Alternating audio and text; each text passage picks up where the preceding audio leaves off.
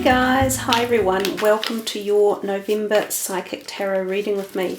Guys, I'm Chris from Psychic Insights. So Aquarians, this is your tarot reading for November. 4 initial cards from this particular deck, the Morgan Greer, and then 4 cards from the Rider-Waite, which will be the clarifying cards. So if we get the same cards turning up twice, that will be a very poignant message to take on board and listen to. Now I work with psychic messages as well throughout the reading, so let's get started and see what's coming your way. Remember also to check your sun, rising and moon signs, as some of those may resonate more with you. Okay, Aquarians. The Page of Cups, the Fool, the Hermit, the Ten of Swords. Let's see what's coming from the Rider-Waite deck as clarifying cards. The Page of Swords, the Eight of Cups, the Moon, and the Six of Cups. Okay, so we have the 2 pages, so 2 court cards, 3 major arcanas, the Fool, the Hermit, the Moon, a Wands, a Cup and a Sword, or 2 swords as such, but you've got a nice mix going on there. Okay, so let us start off with the very beginning of November over there with those 2 pages. So we have a Page of Cups and a Page of Swords. So the fact that the pages turned up together and they're clarifying each other means this is the beginning of the month is most likely about younger people around you in your life.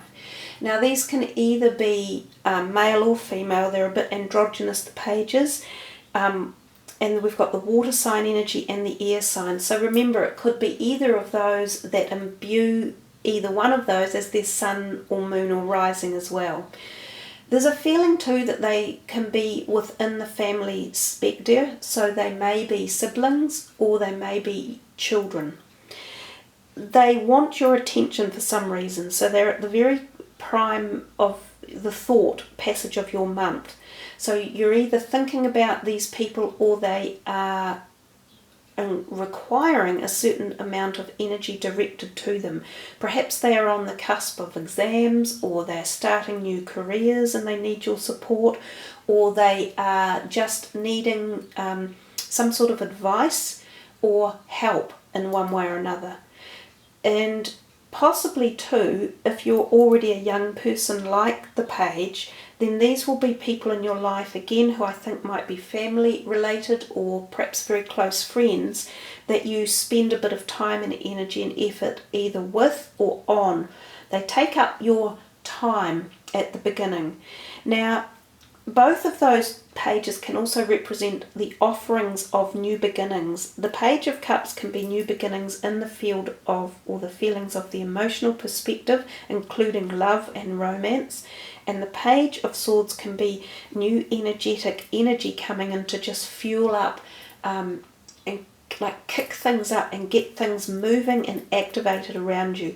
So if there was any stagnancy in any of these relationships as well, like if they were falling a bit sour or flat, or there was any hurt in them or stuff that needed clearing, there's a possibility that these relationships will be dealt to and clear themselves up and rearrange themselves, become more free-flowing, and maybe even a bit of healing that goes on as well. I'm getting the message there. So if we move on to the next card, the Fool, I love the Fool, and I see he's looking into this guy here in particular. So it feels as though, as I said, there's new beginnings or new feelings around either existing relationships with younger people, or there's possibility of new love coming as well that could be set you on your complete new journey in life, like you twist things around or you head in a new direction where relationships are involved for some reason. And it doesn't have to just be romantic love. This can be the heart connection of family members indeed. But the Fool is usually about yourself, and it's your foundations and your beliefs and your life. So it's very much about you making the decision to make the changes, not someone else putting you in that position. The Fool is on a new journey. He often learns things at a very metaphysical or psychological level, so he takes himself out of what he used to be doing, and it's like a juxtaposition. He's decided to change 180 degrees on some of his either ideals, perspectives, or even physical journey. And he doesn't really care what anyone else thinks, so he's moving on to please himself. So this could be coming for some of you. It's more about, I'm me and I'm doing it my way. And hey, isn't that the Aquarian motto? So you could be starting something brand new that's leading you down a very new path in life, and there's excitement but unknowingness with this as well. And given that the clarifying card is the Eight of Wands often means swift action, very, very quick. And sometimes it can be creative sources coming in. So there's been something creative that's caused you to want to go in this direction, as well as the possibility of people being involved, other people, and maybe even the number 8 somehow. There is also the possibility that this is a new possible time of romantic or partnerships, new partnerships, or people coming in that you haven't met before that really get your life cracking and up and running. And it's got a very creative feel to it and a fast boom, boom, boom. It's like something's hitting you that you just want to move on.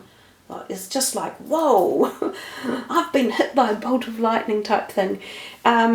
This can also mean air travel. So for some of you, this may even involve planning a trip, or like a big trip around the world by air, or even undertaking it at that point in time. We come to the Hermit up here, the third one. He's known as being on his own a bit and wanting to philosophize and spend time alone. So there's a lot in this reading about you satisfying your needs in this journey. And given that they're major arcana cards, it's about you're being driven to do it. It's almost as if you can't control it. You just feel these either messages or urges coming in, and they're galactic, and you go, wow, I've got to do this, or I have to seek this out and find out what this is all about. You know, I have to fulfill my wants in life. And this is what the Hermit does. He can spend time alone, and it seems this card here gets that feeling as well towards the end of November. So if you spend this time alone, it might even be at night, it might be when you have quiet times in the evening, or when you are reading a book, or when you are meditating, that you come to some unknown epiphany, like you are reaching the understanding of something about yourself that you didn't understand fully. And it could involve the emotions, and it could involve cyclical periods in your life, like hormonal periods as well for women. It could be menopause for some, it could be coming into puberty for others, it could be pregnancies, it could be the conception of things like that. It has to do a lot with emotions and spirituality, philosophy, collective consciousness, this whole esoteric psychic type realm as well, all coming together, accumulating in this period here in November. Bear in mind too, this can actually be any time wave in November. It doesn't strictly have to be the first, second, third and fourth week. These can be mutating across the time zones of the month. But the clarifier of the Hermit, the moon, you know, we see these two glowing orbs of light within these two cards. So there's something about insight or light or being enlightened, and also about the night, because this happens at night and the moon is shining. It's also about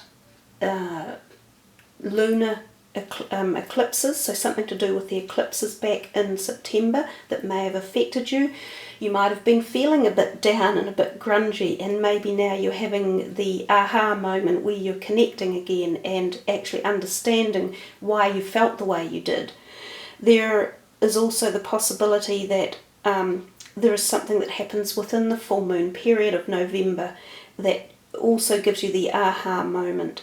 The moon also tells us to be very cautious of our dealings at this time. So don't deal with people who will be crooks or criminals or deceivers.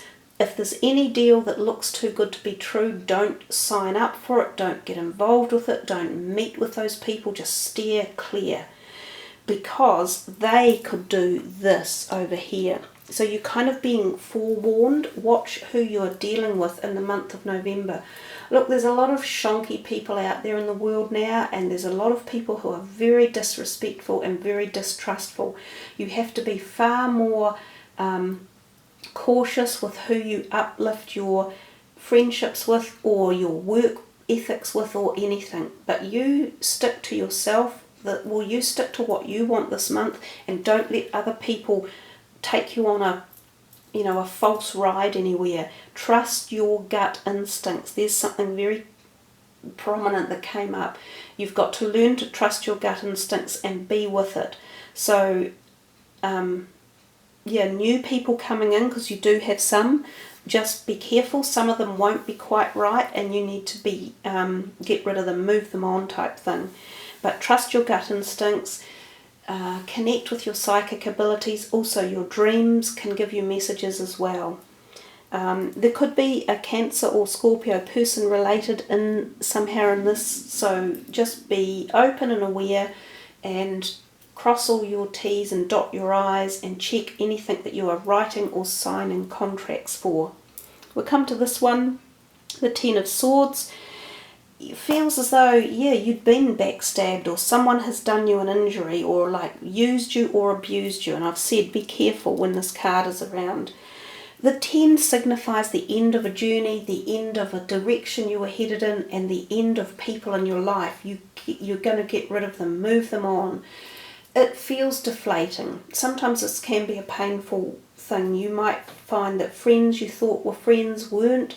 You might suddenly end up leaving a workplace. You might have some falling out that seems horrific at the time, and that you feel, my God, how can I get up from this? How can I move on? Well, take your time, get over it, work it through, analyse it, which is kind of what's going on here anyhow. These are connected.